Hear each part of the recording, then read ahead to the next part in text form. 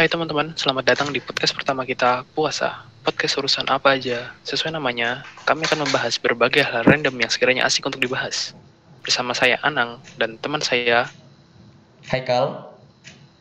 yang akan menjadi tuan rumah di podcast ini.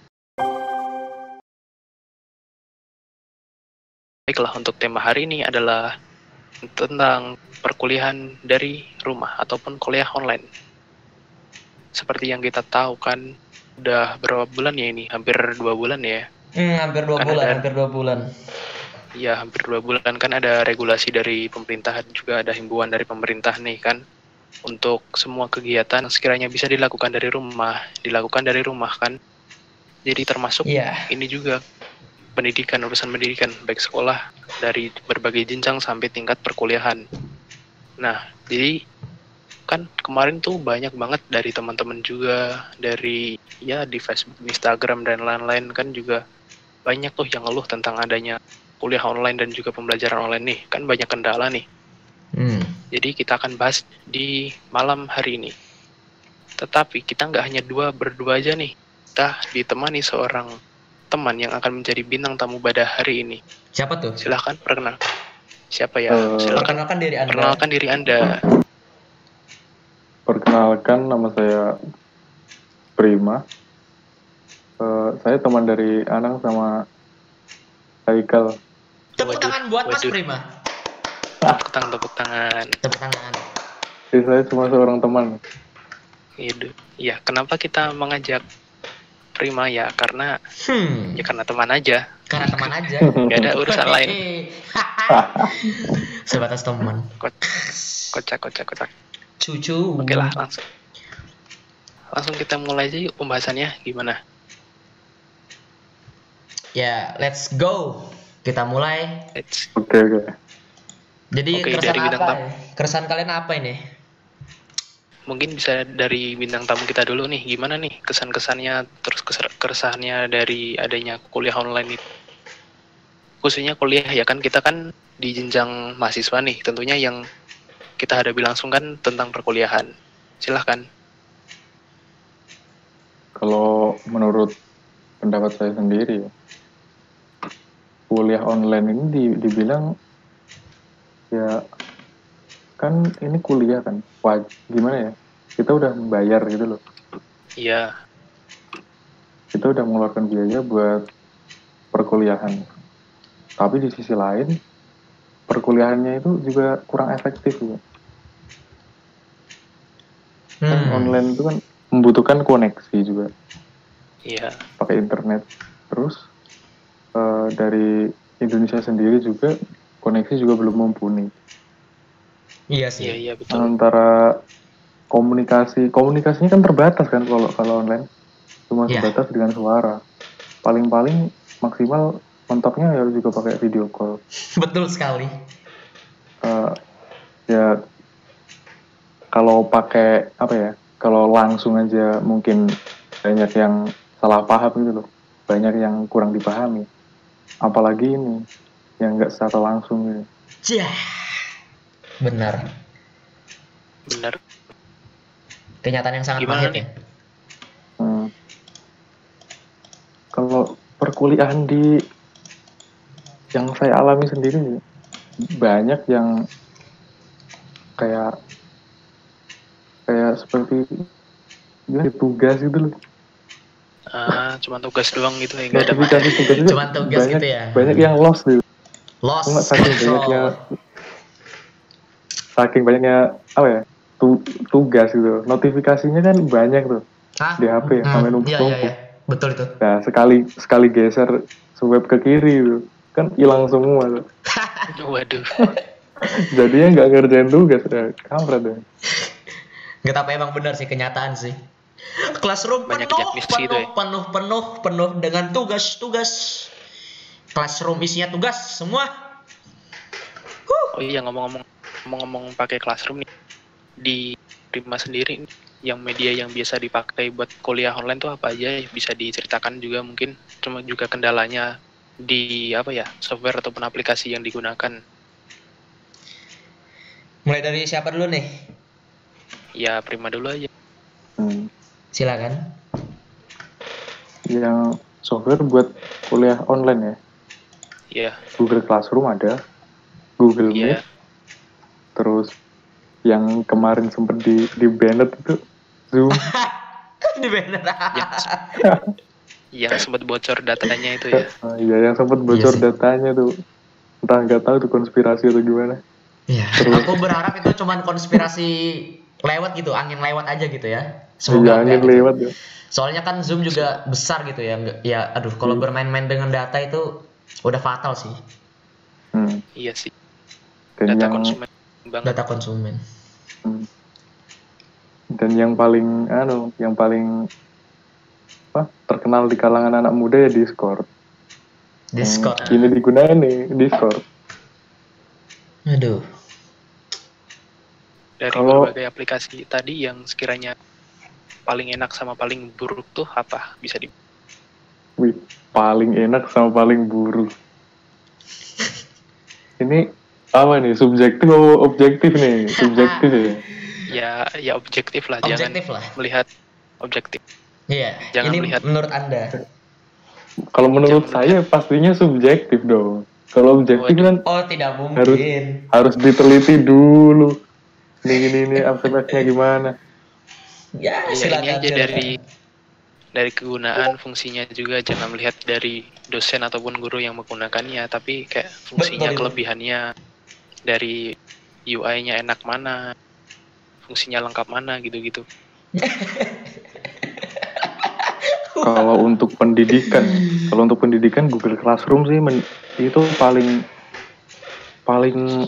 Safe ya? atas lah menurut Paling gua. udah ini ya, paling ya udah emang diciptakan untuk itu sih sebenarnya. Iya, emang buat kelas Standar- online standar. itu Google Standar Classroom. ya, standarisasinya Classroom, Google Classroom. Di Google Classroom sendiri kan itu dipisah tuh antara teacher dengan muridnya. Waduh. Terus dari kayak pengumuman gitu, terus tugasnya di situ juga banyak tuh, tipe-tipenya, ada tugas buat ujian, ada buat kuis juga beda. Dan di situ penilaiannya juga bisa otomatis kan. Bisa langsung di situ gitu ya. Iya, bisa langsung di situ gitu loh. Terus setelah penilaian itu bisa diekspor jadi kayak Excel gitu loh. Kayak database. Iya di convert ya, auto Itu. convert dia memang. Kelebihannya di situ sih. Dari segi penugasan gitu loh. Penugasan gimana sih bahasanya? Anjir. Iya. Iya. Tahu, paham. Dari segi ya tugas yang diberikan dan lain-lain. Emang Google Classroom well play. Tapi Google Classroom kelemahannya ada di tatap muka itu tadi. Interaksi ya kurang ya. Interaksi. Interaksinya cuma dengan tulisan gitu. Ya, Terus kan menurutku itu lebih anak-anak kayak ini. Indonesia. Itu menurutku lebih kayak ini, tahu nggak apa thread di Facebook itu, di Twitter gitu. Itu Ah, lebih iya, kayak iya. ke sosial media gitu. Jatuhnya kayak gitu. Thread anjir. Iya, padahal ya memang software apa ya, emang dikhususkan di bidang pendidikan sih. Software sampai kan media ya, sampai salah sebut. Tapi dia kan pendidikannya kayak satu arah gitu dia. Jadi Nah, nggak ada iya. timbal balik. Pendidikan satu arah. Iya, yang satu arah tuh emang nggak enak. Dari mulai cinta sampai berpendidikan itu nggak enak. Satu arah di sini maksudnya gimana nih? Waduh, satu arah di sini gimana nih? Gimana nih? Sudah Mungkin- tidak perlu diperpanjang karena kita keluar topik. Ai. Terbiasa menerima cinta satu arah mungkin ya. Waduh, Aduh, susah. gimana Rah? Tapi Dari Prima Google- sudah cukup, mau lanjut? yang Ada software lain belum nih. Ini baru Google Classroom sendiri. Oh iya lupa. Silakan. Lanjut. Gas. Ini baru aja nih. Google Meet sama Google Classroom itu digabung dia. Kapan tuh? Gimana? Ya baru-baru aja. Aku lihat fiturnya itu udah terintegrasi sama Google Meet gitu loh, Google Classroom-nya. Digabung gitu maksudnya jadi satu ini. Bukan digabung tapi terintegrasi gitu loh.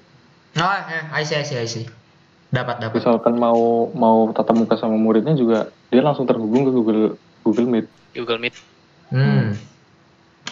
Mungkin buat keadaan darurat ini gara-gara COVID-nya. Tapi Iya, itu Kenapa tuh? Nggak aman kah atau gimana? ya yang namanya udah terlanjur nyaman ya. Anak muda kan udah terlanjur sama Discord tuh. Tetap Bener. aja kalah pamornya tuh. Tetap kalah ya sama Discord ya. Udah tujuan awalnya dikhususkan untuk gamers, ternyata bermanfaat sekali. Ya Buat setuju sih. pendidikan. Setuju sih. Discord itu bukan cuma untuk game. Tapi bukan berarti saya memihak Discord dong. Hehe. Harus objektif. Ya. Tapi kan kalau di Discord itu kelemahannya tuh di anunya. Ya kayak pembagian tugas gitu lah. Database. Terus buat recap kayak kan nama NIM itu kan kalau di Google Classroom kan mungkin bisa dipisah ya pakai Google Form gitu. Kalau di Discord kan nggak bisa pakai channel kan. Iya. Ya. Lanjut. Waduh, kemana nih? Prima. Udah lanjut aja. Lo nggak diselesain dulu. Saya tahu Anda masalahnya banyak pemikiran tapi tidak ingin diutarakan. Tidak apa-apa ya, dibuka saja. Discord itu kelemahannya memang bukan buat pendidikan, dia kelebihannya lebih ke komunikasinya. Iya sih. Itu emang komunitas ya, sharing. Sharing gitu. Emang bukan tujuannya buat itu sebenarnya database-nya. Tapi karena menyangkut bisa berkomunikasi kan, ya otomatis. Apalagi anak muda, ya udah pakai ini aja nih, udah paling enak gitu kan. Dari segi tampilan udah jelas, dari segi komunikasinya tinggal join, udah. Apalagi dengan fitur server itu kan. Ya itu juga lebih enak, ada adminnya, bisa custom ininya kan, pembagian ininya per channel. Ya walaupun memang tidak tapi classroom tadi. Iya sih. Tapi kalau di Discord sendiri bukannya apa ya? Desain UI-nya itu buat anak muda banget gitu loh. Kan kebanyakan kan guru-guru kita kan juga udah berumur nih rata-rata. Ya, mungkin kalau dengan UI di Discord yang banyak banget kayak gini mungkin mereka akan kebingungan. Sebenarnya apa ya? Kalau masalah UI itu sebenarnya agak bullshit sih sebenarnya. karena apa ya? Anggaplah satu dosen gitu. Buat satu server aja kan mudah gitu, nggak perlu banyak-banyak server kayak kita yang komunitas gitu kan. Join sana, join sini. Terus kalau masalah tampilan isinya, ya selama itu dia mau belajar, ya why not gitu. Tapi kan rata-rata kan juga udah berumur dan rata-rata mereka kan bisa dibilang gaptek gitu kan, apalagi yang di daerah kan nggak melek teknologi yang berada di daerah perkotaan. Iya sih. Ya itu balik lagi ke orang itu niat untuk mempelajari sesuatu apa enggak gitu. Iya, aku setuju sih balik sama lagi Ikan. Pribadi sih. Kepribadian mental orang itu memang susah diwujudkan gitu. Tidak mau mempelajari sesuatu gitu untuk kebaikan dia, ya susah. That's how we work. Kenapa kita tidak berkembang pesat? Ya karena kita tidak mau berubah. Aduh. Ya balik lagi ya, itu kan lebih ke oke lah, itu orang punya seleranya masing-masing gitu ya, nggak semua orang bisa memahami secara cepat gitu. Apalagi memang dari tampilan UI kan, aduh susah juga nih. Lebih simpel kayak Zoom, Webex, Classroom. Iya sih, memang enak Iya, sih. Cuman ya ya kan kita balik dimana lagi ke spesifikasinya itu tadi. Ya kalau menurut kegunaannya kalian juga sendiri kan. nih, kalau menurut kalian sendiri nih gimana? Dari aku ya. Bebas silakan. Oke, mungkin di awal dulu juga karena aku belum mengutarakan kesanku selama perkuliahan online ini seperti apa. Sebenarnya tidak jauh beda dengan yang dibilang Prima tadi sih. Untuk kuliah online kan beberapa dosen memang ada yang menjelaskan di mana itu kalau dosennya dia apa ya, cara penyampaiannya bagus, dia udah dosen bisa melek teknologi, dosennya bisa deket sama siswa, mereka penyampaiannya, jadi mereka juga tahu media yang digunakan apa.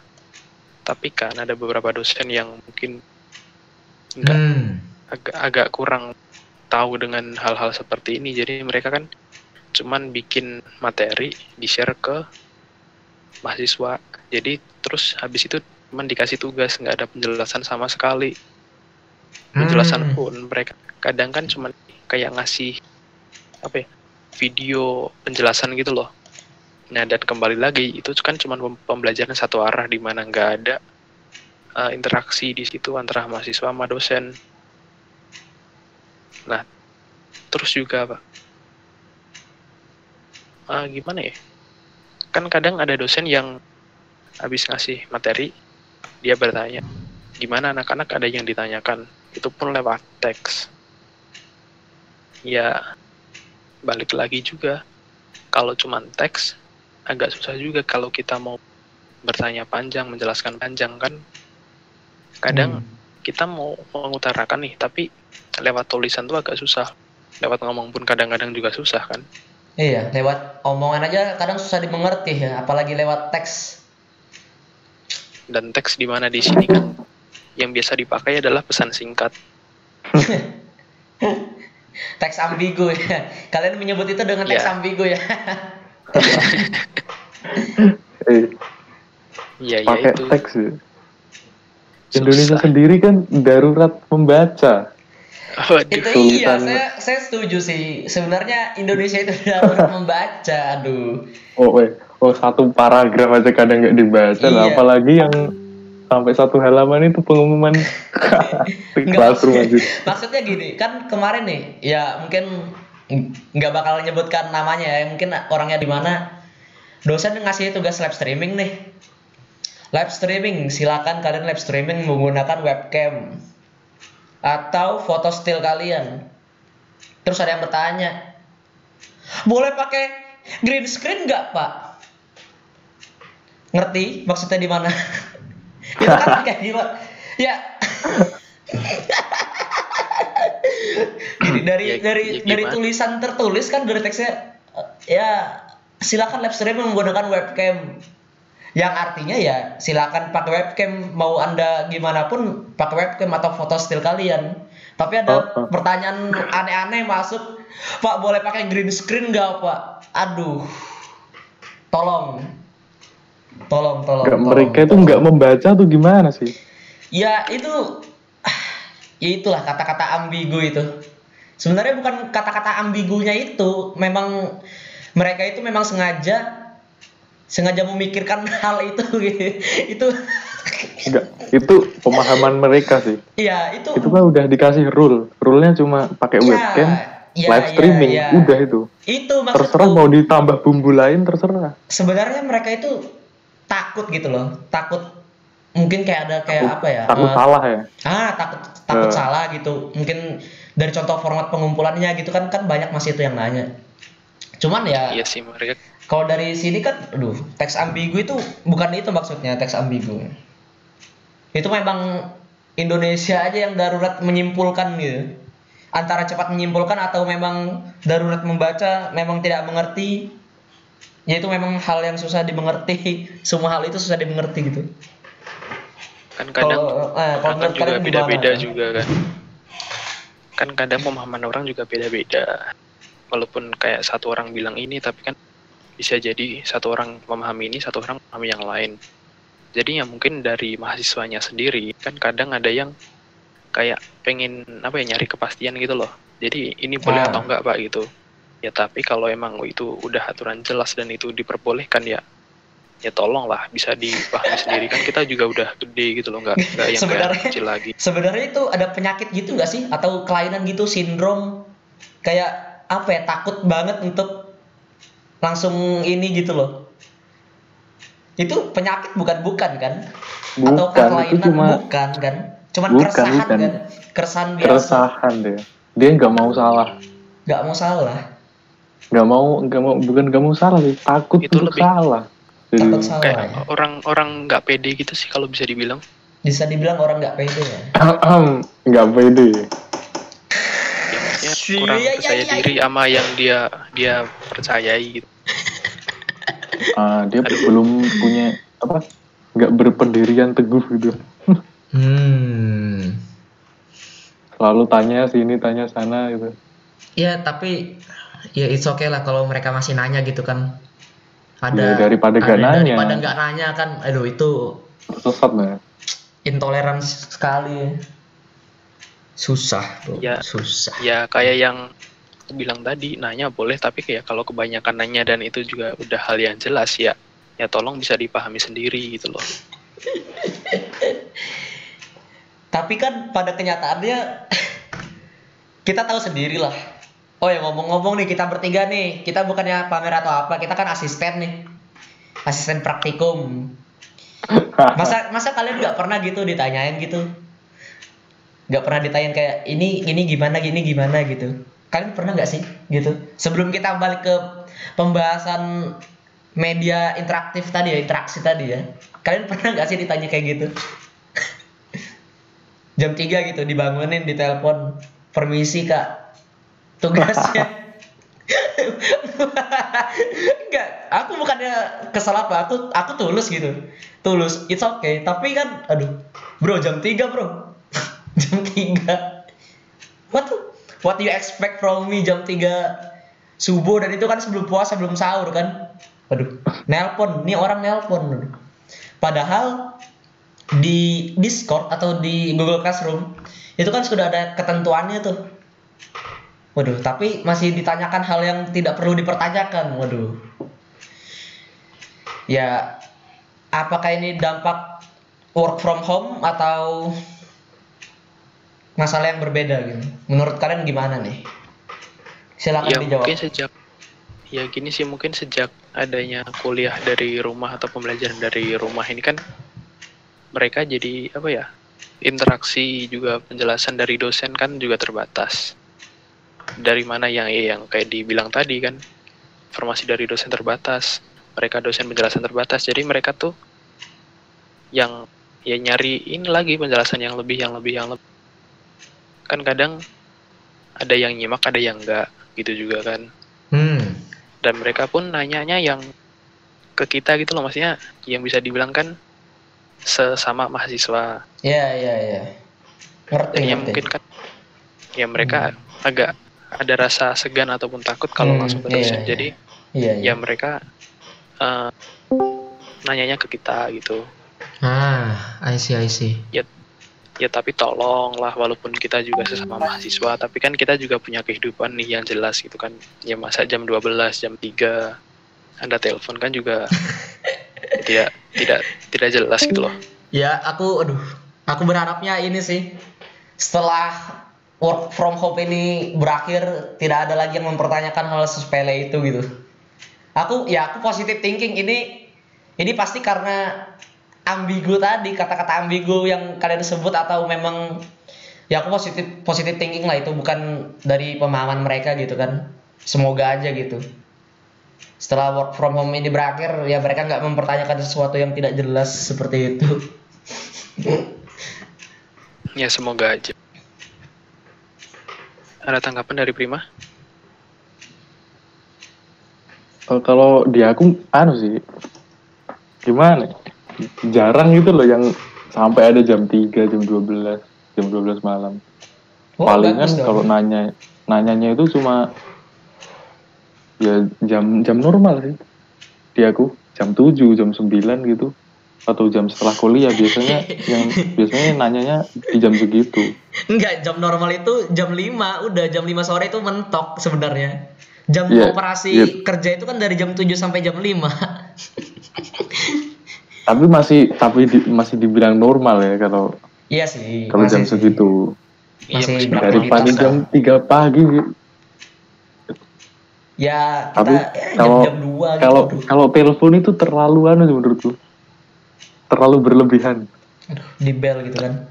Itu kayak memaksa kan, menodong. Iya. Kalau menelpon. Ya, gimana ya? Kalau nggak diangkat ya berarti. Maklumin lah. Mahasiswa itu kan tipe yang ini tipikal udah UTS atau UAS gitu kan, tiba-tiba nongol gitu, nggak tahu apa-apa. Belum join Google Classroom, belum join Discord, tiba-tiba nanya tugas gitu kan, panik sendiri ya. Saya bukan tipe orang pemarah, bukan tipe orang yang meledak-ledak. Ya it's okay lah, maklumin. Dialihkan deh besok pagi, masalah selesai. Semoga itu memang dampak work from home saja ya, bukan ke interaksi nyata gitu, kuliah offline di kelas. Kurangnya informasi lewat Discord, Google Classroom mungkin, dan media-media lainnya seperti Zoom, Webex, Hangout, Meet itu. Gini. Menurut kalian nih, dampak yang paling kerasa dari kuliah dari rumah ini gimana? Kalau dari aku sih, ini pemahaman materi jelas berkurang banget. Iya, mana yang kita pun di kelas kan, kalau mau penjelasan bener-bener ngelihat memahami dosen gitu ya, memperhatikan dosen gitu ya, itu kan paling yang masuk juga cuma berapa. Apalagi ini nggak ada penjelasan, cuma dikasih materi doang, kan juga ya susah. Ya. Tentunya kan dari faktor pemahaman pun dia berkurang. Padahal yang kita butuhin kan pemahaman, bukan materi. Ya, benar sekali.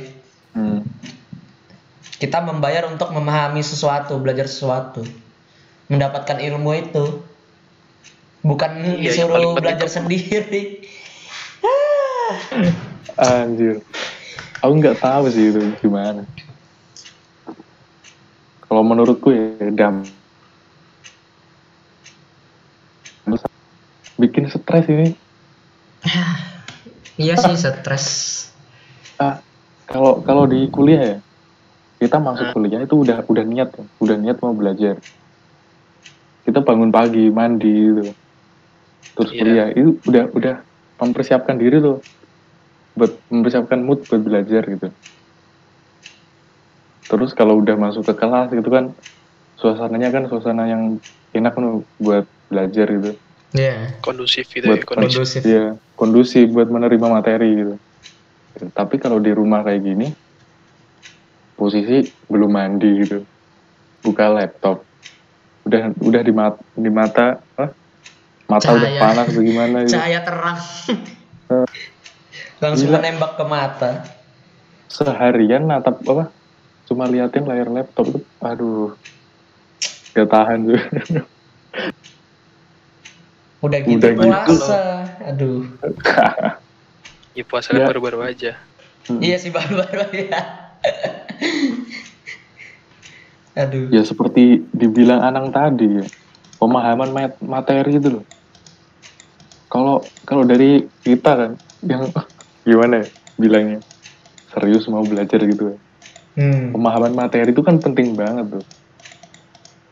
Apalagi yang iya benar penting sih. Ada orang yang teknik belajarnya itu beda. Ada yang dari tulisan, ada yang dari mendengar, atau yang dari memperhatikan presentasi dosen gitu loh. Nah, itu cuma bisa didapat kalau misalkan ada perkuliahan secara langsung, ngelihat presentasi dari dosen itu. Kalau misalkan cuma kuliah online gini, tulisan doang, disuruh baca, apalagi yang malas membaca, Terus kuliah kalau tatap muka juga koneksi, masalah koneksi terus nggak kondusif juga. Nanti Iya benar. Kayak baru belajar gitu kan. alasannya Ntar disuruh mati jagain listrik adiknya. ya. Alasan paling ini ya mati listrik. Aduh. Dosen dia udah nyuruh ngasih tugas tertulis. Nanti kamu silakan tulis di kertas, difotokan ke saya. Ada aja alasan lain. Ya Allah. Susah sekali work from home ini.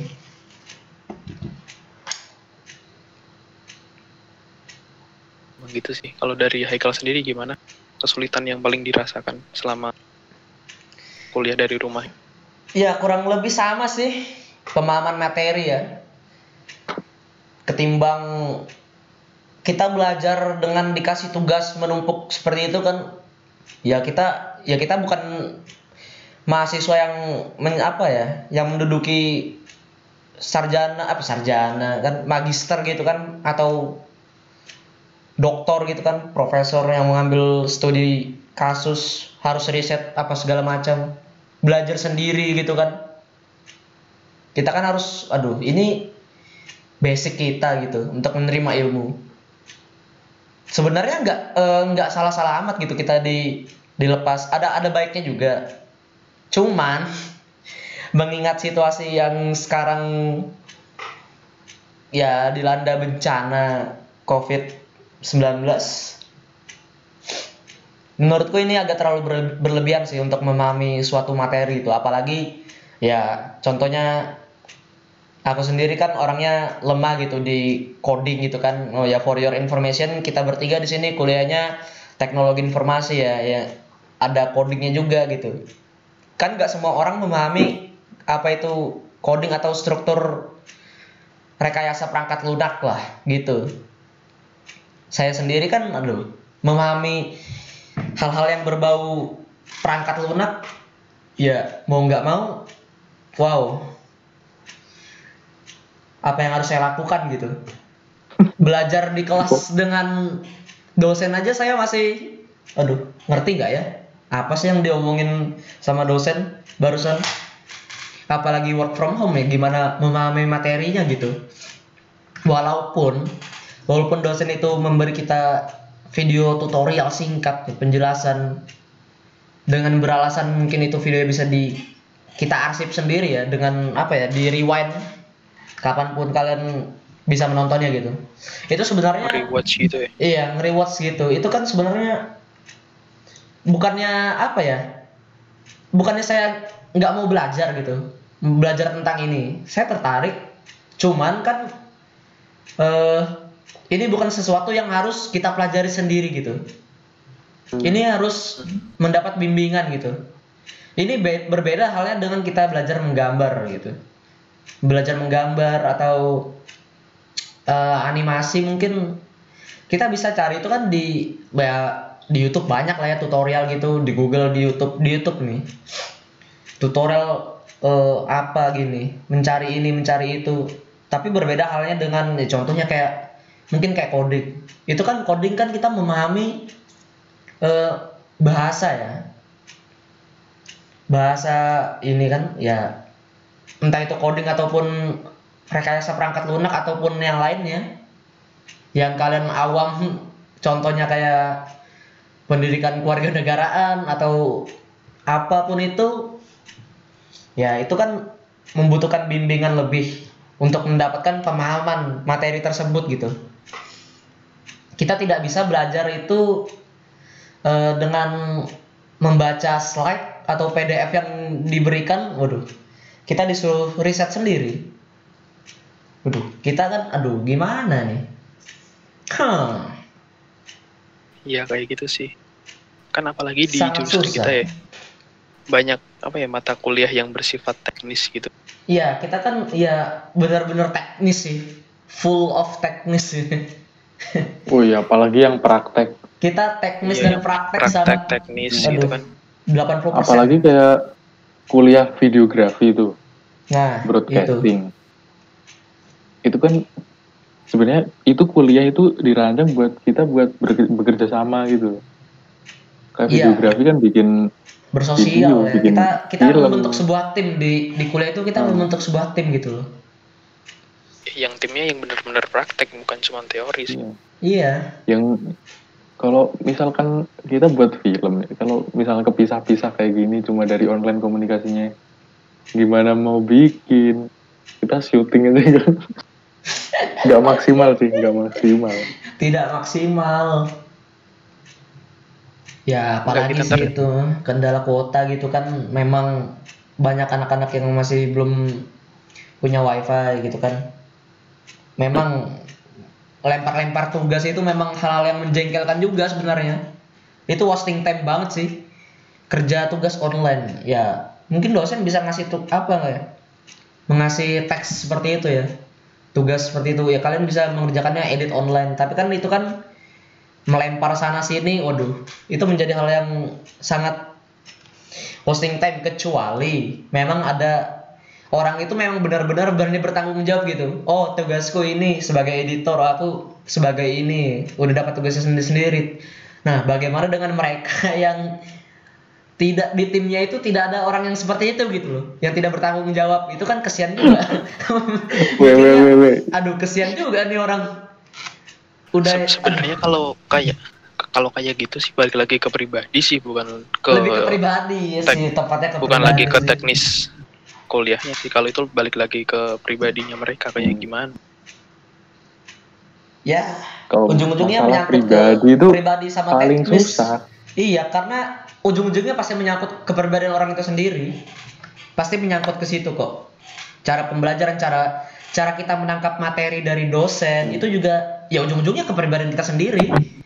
Walaupun kelas offline juga sama, itu kan tergantung dari kepribadian kita juga gitu loh.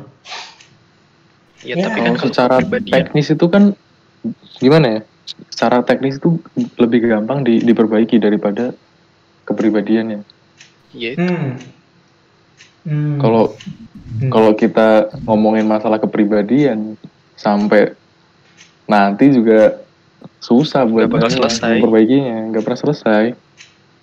Tapi bukannya gini ya, kalau kita udah di jenjang mahasiswa nih, kita harus dituntut kepribadiannya tuh paling nggak bisa dewasa lah. Kita tahu tanggung jawab, kita tahu menempatkan waktu, kita tahu manajemen waktu gimana dan lain-lain.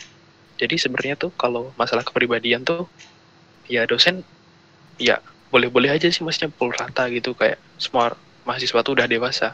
Ya karena emang kalau jenjang mahasiswa tuh ya lu harusnya udah dewasa gitu, nggak cuman kayak anak-anak lagi. Iya sih, setuju. Well play banget sih.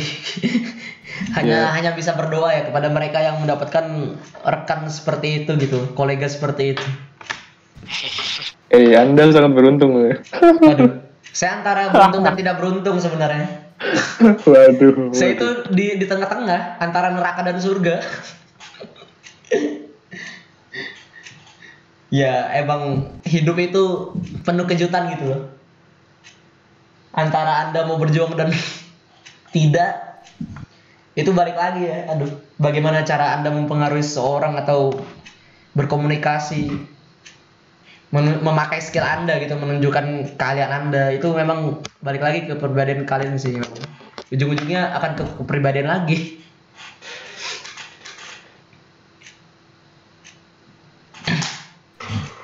Tapi kalian ngerasa nggak sih yang kayak kalau dosen ngasih tugas tuh sebenarnya kita dipaksa untuk paham? Kan ya bisa dibilang gini, dosen ngasih materi, terus habis itu dikasih tugas. Gimana kita mau bisa ngerjain materi kalau kita nggak paham? Gimana kita bisa ngerjain tugas kalau kita nggak paham materi kan?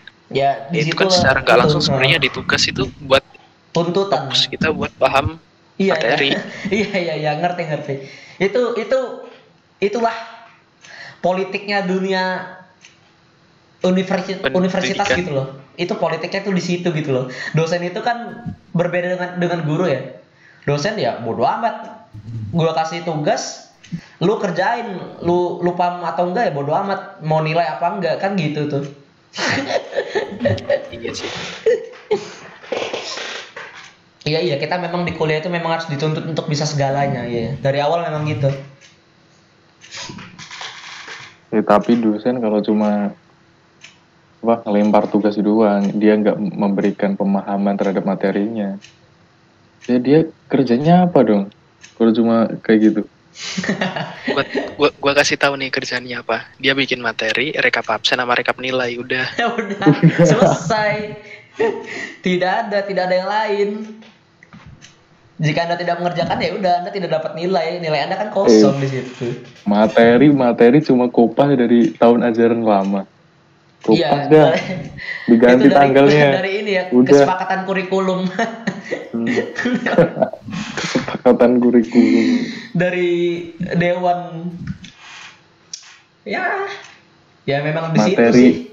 Kejam materi itu. Dari dosen itu kadang itu outdated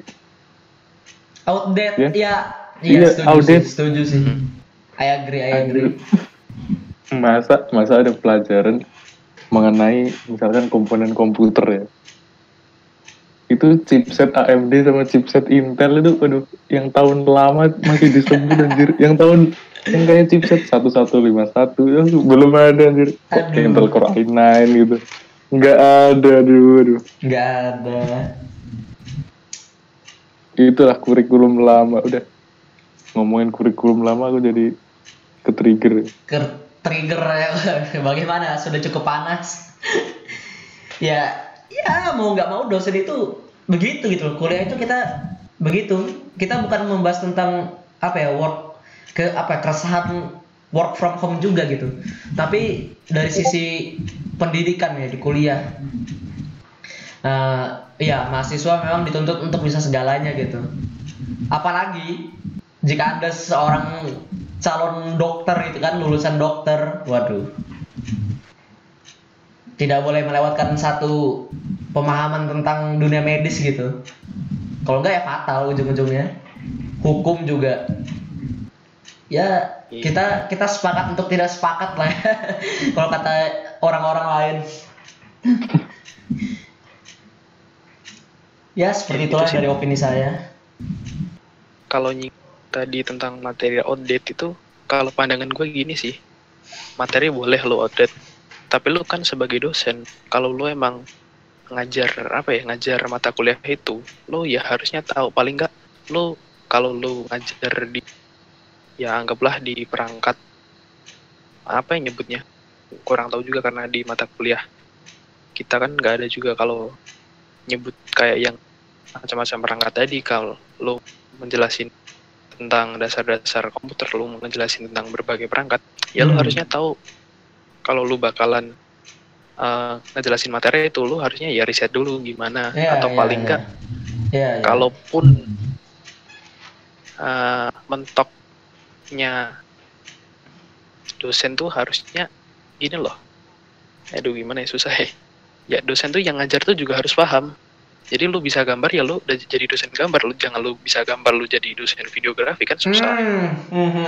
Dan lu kalau di gambar, lu hobi di gambar, lu bakalan tahu juga tentang gambar software yang baru, cara gambar yang baru, style yang baru. Iya, otomatis sudah masuk ke dunia itu ya. Iya kan, lu kan di situ gitu loh. Iya, mau nggak mau pasti sudah masuk dunia itu lebih dalam tentunya. Iya. Kasusnya tuh kalau yang dosen ngajar cuman berpatokan materi itu tuh nggak tahu tuh dosen tuh dipertanyakan, bisa dibilang. Nah, banyak tuh, udah. Sudah, dosen. Saya tidak ingin menyebutkan namanya, bahaya karena di sini banyak sekali. Tidak hanya di kampus kami, tapi di kampus-kampus lain, kampus Anda pasti ada. Pengennya multitaskingnya. Oke, balik tuh topik. Apa nih yang mau dibahas lagi tentang fenomena kuliah ataupun belajar dari rumah? Kalau dari ini gue dari hati paling dalam, hati terkecil, saya Haikal Alfisifa sadar mengatakan ini gitu. Secara sadar mengatakan ini dan tidak dipaksa oleh siapapun. Tanda tangan materai. Tolong. Materai 6.000. Materai 6.000 sudah saya tanda tangan dan cap sidik jari jempol. tolong untuk Bapak Ibu dosen di luar sana ya. Kami butuh yang namanya penjelasan materi pemahaman ya. Jangan tugas melulu nih, bukannya kita apa ya? Ya kita kalau dibenturkan dengan semua mata kuliah gitu, tugas. Waduh, monoton sekali, datar sekali hidup kita ya. Isinya tugas, tapi kita di satu sisi nggak dapat apa ya, timbal baliknya itu kurang gitu. Aduh. Ya kalau begitu mending saya tidak usah kuliah kalau gitu caranya. Kalau ujung-ujungnya harus otodidak sendiri ya kan? Ya seperti itulah. Sekian dari opini saya. Gue dari tadi mikir loh, itu kita kurangnya penjelasan materi itu karena apa? Kalau yang gue lihat sih dari dosennya sendiri ataupun tenaga pengajarnya sendiri, mereka tuh kayak kurang bisa memakai berbagai software ataupun aplikasi yang akan media yang digunakan secara online ini dengan maksimal. Nah walaupun kita kampusnya bisa dibilang kampus dengan basis teknologi yang tinggi, tapi dengan tenaga pengajar yang mungkin banyak kurang memahami dengan teknologi yang masa sekarang, kan juga perlu dipertanyakan lah. Iya sih, setuju sih. Iya kan? Iya. Jadi kita berbicara tentang berkompeten atau tidaknya seorang dosen deh. Ya kembali lagi ke awal tadi. Balik lagi ya ke awal. Ke awal. Boomer. Kita ya we're talking about boomer di 2020. Nggak semua kampus itu sejahtera. Bukan maksudnya ya semua kampus pasti mengalami sih. Pasti mengalami, semua mahasiswa pasti mengalami. Kenapa masih banyak yang kurang bisa mengoperasikan software atau medianya ya? Ya karena ini kejadian yang unexpected. Nggak bisa diprediksi. Tiba-tiba datang gitu aja. Kuliah online. Siapa yang nggak kaget? Biasanya kuliah kan di kelas itu tatap muka, tiba-tiba online. Pakai software yang mungkin masih baru bagi mereka tuh, para tenaga pengajar. Ya mungkin apa ya? Di satu sisi gini juga. Pandanganku gini di dosen ya. Mungkin mereka ingin menjelaskan, contohnya gini, dosen teknis ya yang ngajarnya pakai software gitu. Mungkin mereka mau menjelaskan tapi susah gitu, takut kitanya yang nggak ngerti gitu loh. Ngerti nggak sih? Jadi terpaksa mereka ngasih tugas gitu, ngasih slide gitu, kayak PDF tutorial, PDF perkenalan software.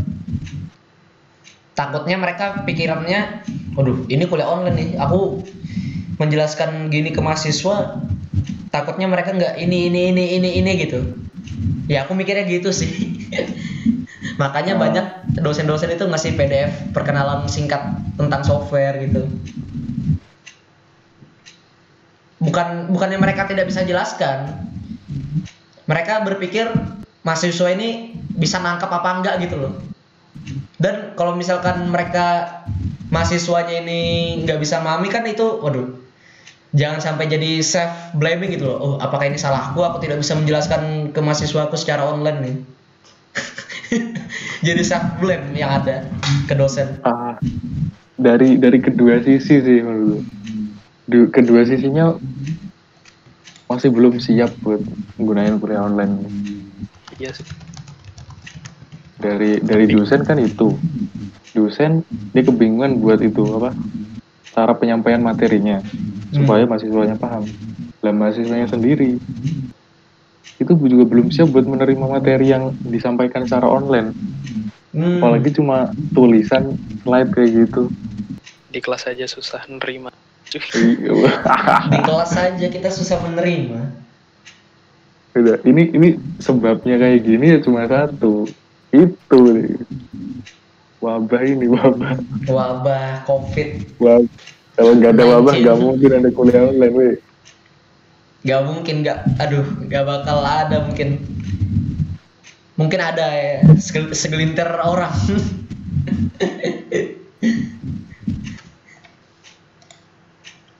Tapi aku pernah dengar sih di universitas mana ya, itu kan kuliahnya online gitu loh. Maksudnya di universitas terbuka. Nah, ya itu di universitas terbuka gitu kan mereka. Aku dengarnya dari mulut ke mulut ya. Ya semoga entah ini hoax atau fakta, mereka tidak punya kampus gitu loh. Jadi kuliahnya online gitu. Tapi sekalinya wisuda di Gelora Bung Karno gitu. Jadi mereka nggak punya kelas gitu, nggak ada pertemuan offline. Kita disuruh belajar sendiri gitu ya. Itu benar atau enggak ya, saya tidak ingin menyimpulkannya seorang diri. Itu bener sih. Ada website resminya juga, udah ada dari anunya apa? Dinas Pendidikan juga udah apa? Udah berakreditasi gitu loh. Iya. Itu kan waduh bagus nih. Bagus. Buat lebih ke orang-orang yang bekerja sih. Setelah sekolah bekerja tapi masih pengen kuliah. I see. Iya. Jadi memang orang yang nggak sempat untuk menghadiri ini ya. Oke. Ya, opiniku seperti itulah tentang work from home. Mungkin ada opini tambahan dari kalian?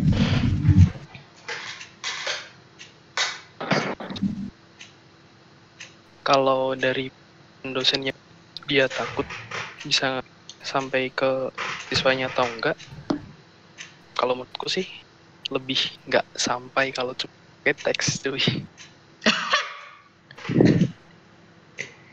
Iya nggak sih, maksudnya kalau lu pakai apa ya, kalau kamu pakai video dan ada interaksinya itu kan paling nggak, kalau mahasiswanya nggak tahu kan dia bisa nanya, bapaknya bisa ngejelasin daripada pakai teks.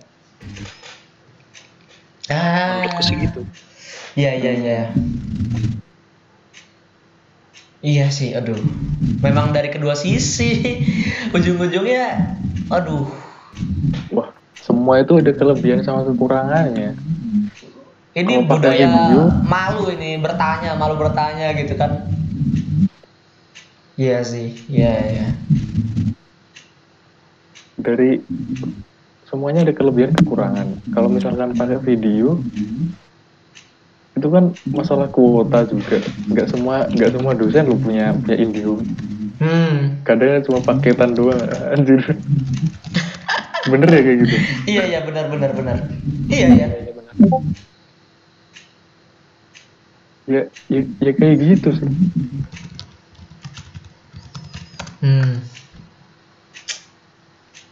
Ya. Ini menurut para pendengar, kalian memihak mahasiswa atau dosen itu terserah pilihan kalian. Ini hanya opini kita ya. Kita hanya membedah di sini. Work from home itu, ternyata kita tidak bisa menyimpulkannya di satu sisi saja ya. I blame myself. Maybe no, maybe yes.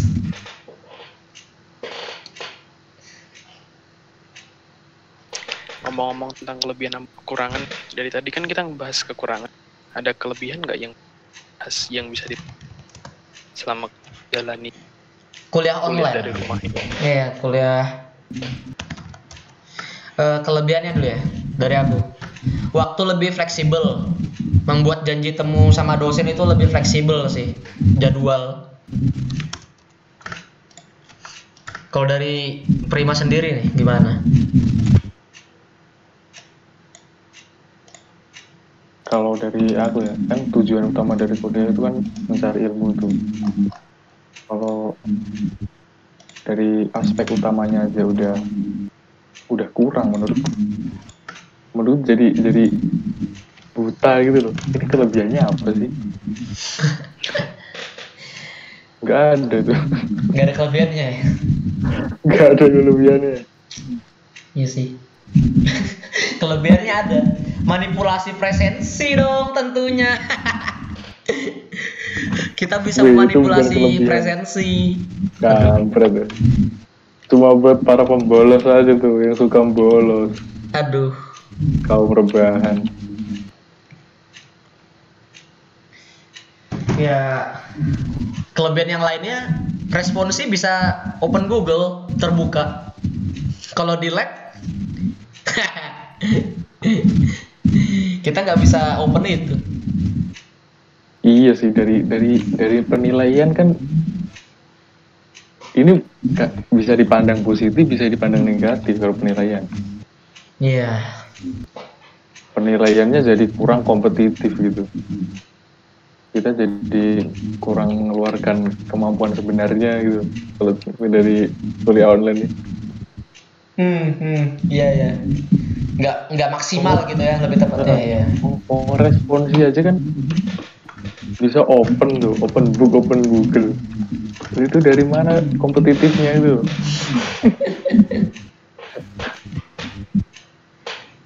Semua orang udah bisa browsing sekarang. Yang penting mau aja udah bisa tuh, udah auto A. Misalkan mau browsing. Iya sih. Ya, tambahan dari Anang sendiri gimana nih? Nah, jadi kalau tentang kelebihan yang tadi ya, kelebihan kuliah online sih kayak yang benar tadi yang bilang, jadwal lebih fleksibel.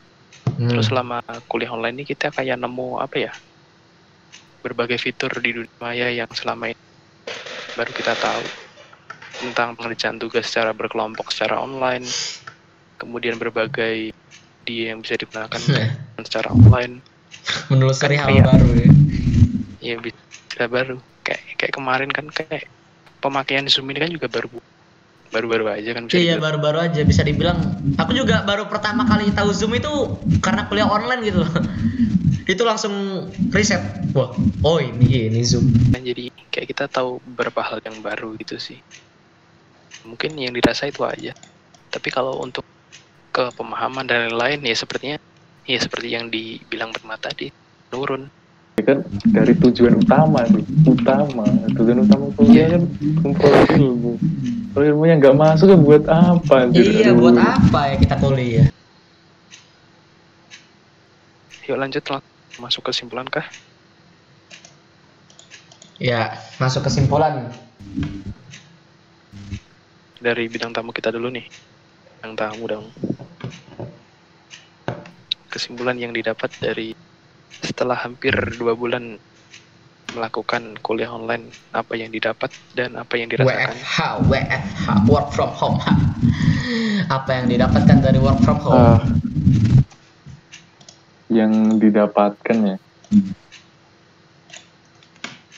Nothing. ya kita meskipun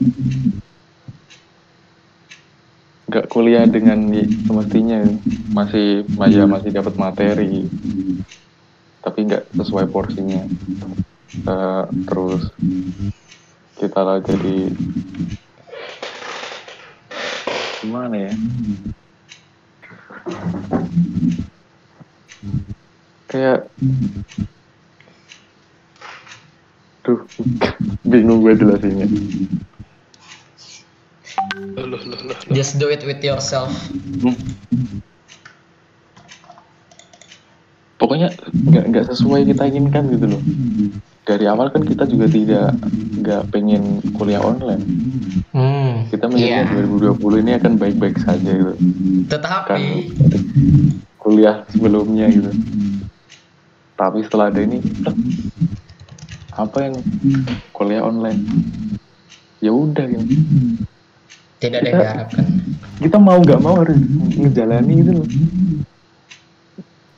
Ini kuliah online udah paling positif daripada nggak kuliah gitu, daripada libur ilmu sama sekali gitu.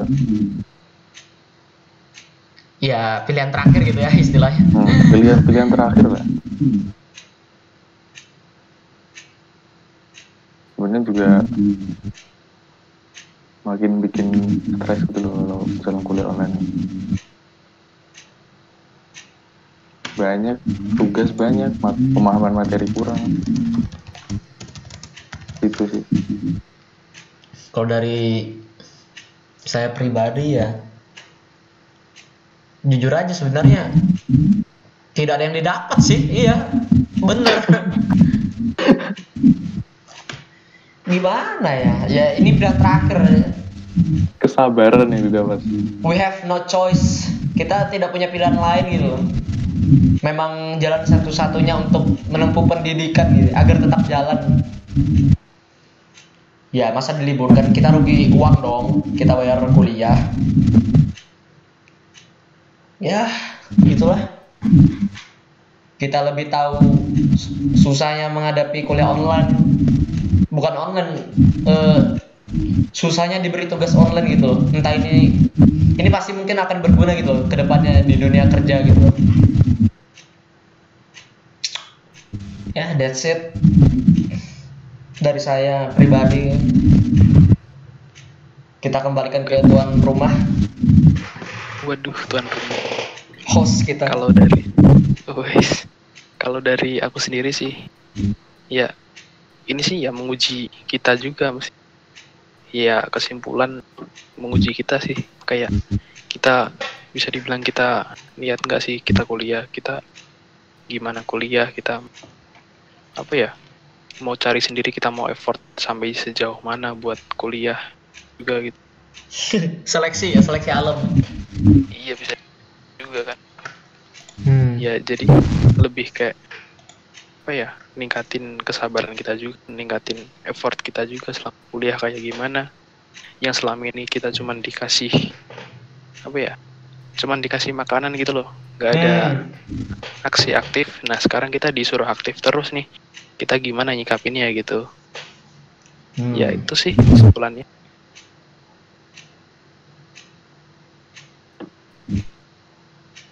Oke, sebelum kita tutup, adakah yang mau menambahkan?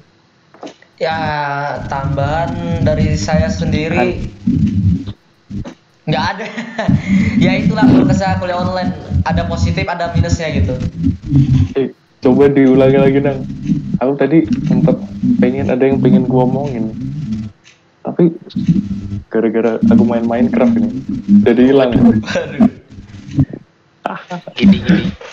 Jadi tadi itu kesimpulanku yang garis besarnya aja ya. Ya, di sini tuh kita kayak diuji gitu loh. Yang selama ini kita cuman dikasih, ibaratnya cuma dikasih makan, nggak aktif gitu loh. Nah di sini sekarang kita mencoba yang untuk aktif. Yang aktif tuh kita. Nah di mana kita kayak menguji kita keseriusan kita kuliah kayak gimana, effort yang mau kita keluarin itu sebanyak apa gitu. Jadi ya itu sih bisa dibilang ini sampai sejauh mana kita ngeluarin effort buat kuliah kita. Jadi balik lagi ini ke personality dari diri sendiri sih. Yang pengen maju ke depan juga terus lebih berjuang lebih keras lagi daripada sebelumnya. Kuliah online ini kayak membuat kita jadi lebih mandiri gitu. Yeah. Apa sih yang lo pengen dari kemarin cuma dikasih doang gitu, mau aja dikasih. Tapi kalau dari kuliah online ini apa sih yang lo pengen kejar gitu, lebih ke situ. Jadi ada kata-kata mutiara gitu. Dari mutiara.